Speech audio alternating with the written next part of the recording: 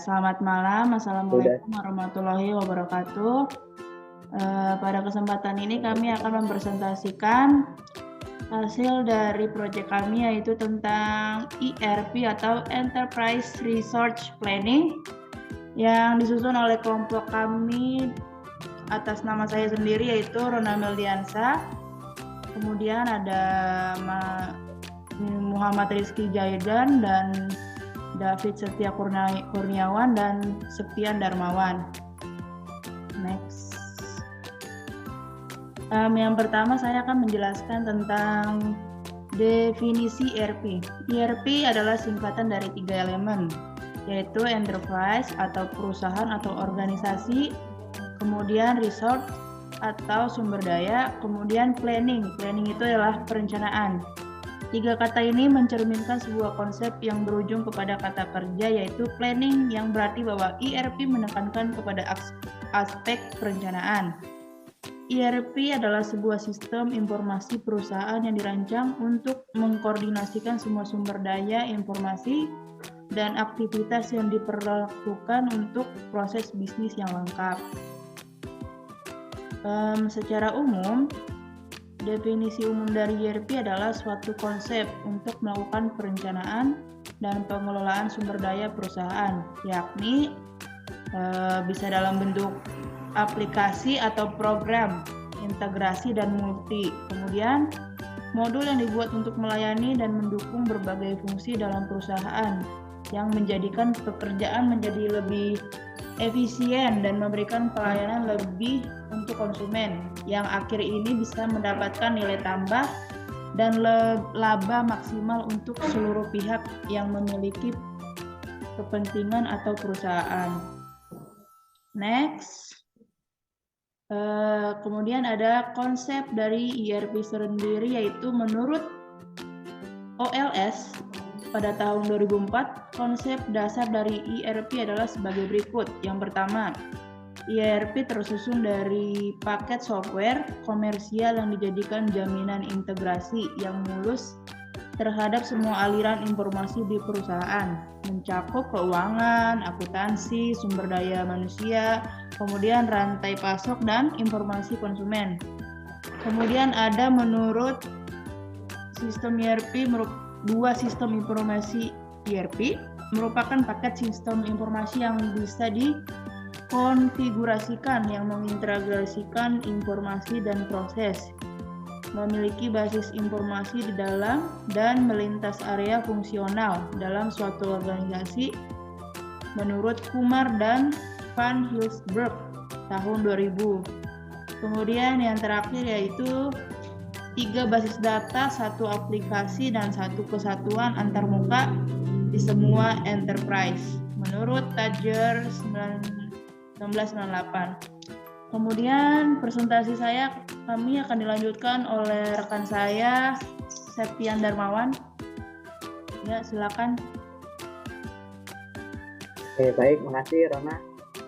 Konsep dasar ERP bisa dilihat dari gambar berikut. Ada front office, lalu ada back office. Lalu lanjut next front.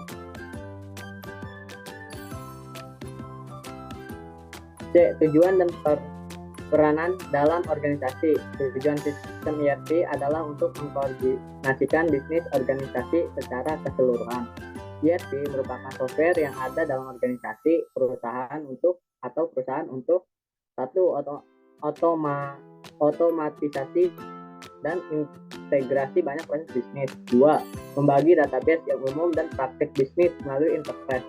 3. Menghasilkan informasi yang real time. 4. Memungkinkan perpaduan proses, transaksi, dan kegiatan perencanaan. Next one.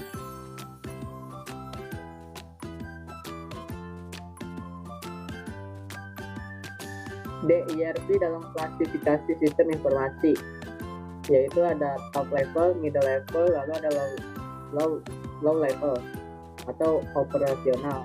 Di top level itu ada Executive Information System, AIS, Strategic Support, Lalu di middle level ada decision support system DSS, decision making support. Lalu di low level ada transaction process system atau TPS dan database management system, office automation system AOS. Lanjut next.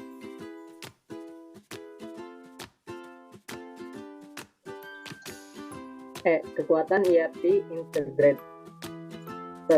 Konsep ERP dapat dijalankan dengan baik jika didukung dengan seperangkat aplikasi dan infrastruktur komputer baik software dan hardware, sehingga pengelolaan data dan informasi dapat dilakukan dengan mudah dan terintegritas. Bisa dilihat dari gambarnya, ada input output, lalu interaksi atau interrelasi konsep sistem.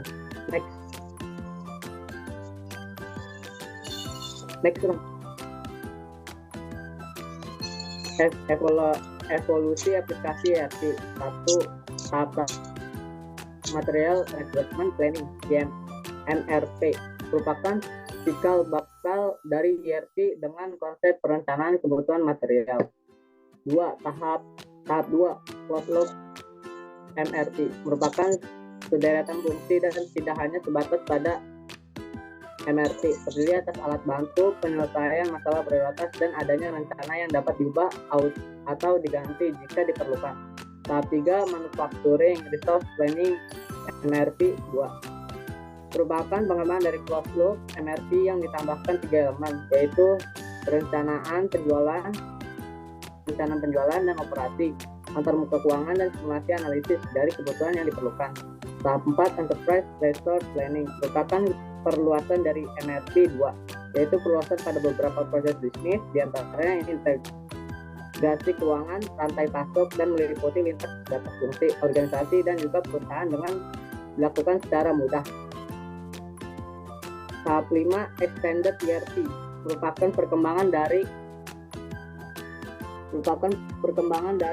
ERP yang diluncurkan tahun 2000 serta lebih kompleks dari ERP sebelumnya.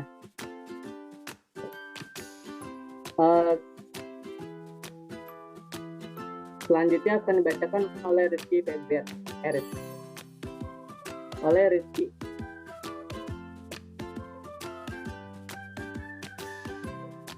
Saya akan menjelaskan penjelasan dari Febrian. Yang ini ada pendekatan implementasi ERP. Yang pertama ada The Big Bang. Big Bang adalah strategi penerapan seluruh modul dalam paket ERP secara simultan atau di seluruh perusahaan. Kelebihannya hanya memerlukan sedikit interface antara sistem lama dan sistem baru. Yang kedua, sangat efisien dari segi waktu dan hasil dan optimal. Implementasi yang kompleks sehingga step by step phase approach. Melakukan implementasi sedikit demi sedikit, tahap selanjutnya berkonsentrasi mengimplementasikan modul yang terkait keseluruhan proses bisnis harus terlebih dahulu disiapkan. Kelebihannya, yang pertama ada kompleksitas dapat dikurangi, yang kedua memungkinkan terjadinya perbaikan proyek yang akan datang akibat konsultasi internal, yang terakhir ada ongkos tidak terlalu membebankan. Kekurangannya, yang pertama ada waktu implementasi keseluruhan lebih panjang. Yang kedua, manfaat ERP hanya dapat dirasakan sedikit demi sedikit akibat hasil tidak optimal. Lanjut. Di sini ada tabel key success factor. Yang pertama ada organisasional. Di organisasional ada strategis. Di strategis ini ada dukungan dari manajemen secara berkelanjutan, ada manajemen perubahan yang efektif, ada definisi project scope yang baik, ada komposisi tim proyek yang handal, ada BPR secara komprehensif, ada perlibatan user, adanya peran dari project champion, ada saling percaya di antara partner.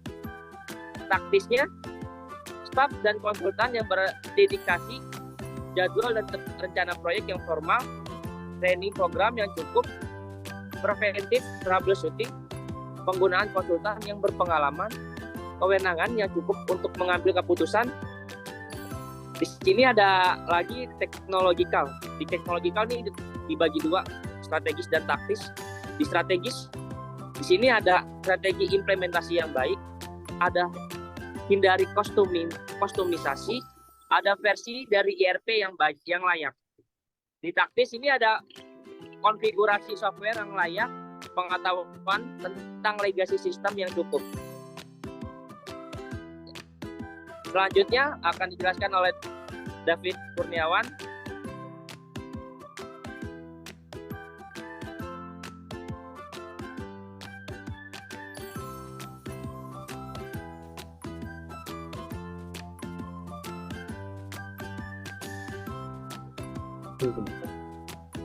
David.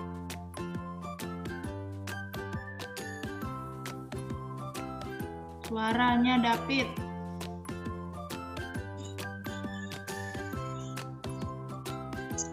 Oke, ini dari ISU terdiri dari 3 bagian, yaitu dari bagaimana kita mengukur value dari investasi di bidang IT, 2, seberapa penting IT bagi perusahaan, 3, apa visi CEO mengenai peran IT. Di sini ada pandangannya. Pandangan ini terbagi menjadi 2, ada IT sebagai cost dan IT sebagai aset.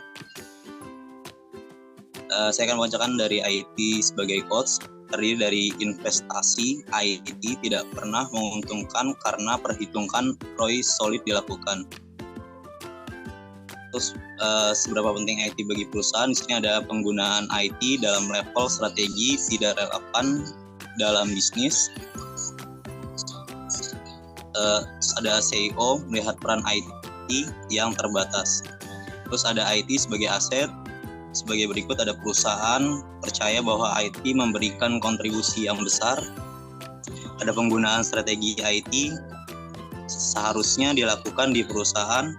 CEO melihat IT mempunyai peran penting dalam transformasi bisnis. Next.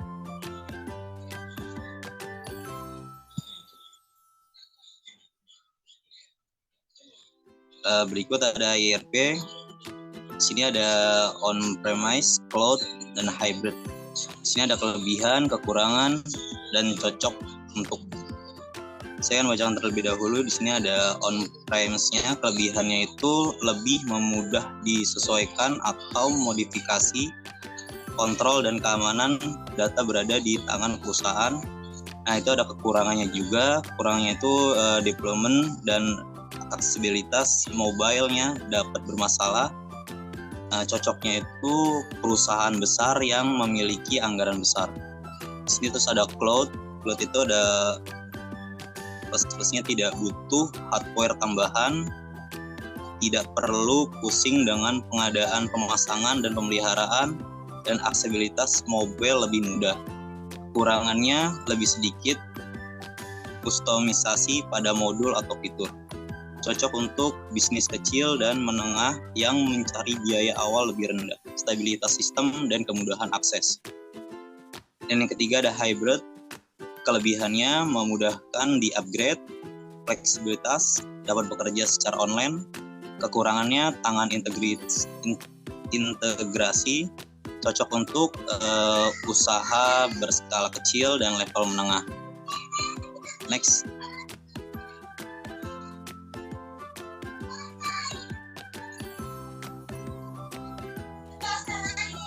Next round. Sekian presentasi dari kelompok kami. Kurang lebihnya mohon maaf. Terima kasih.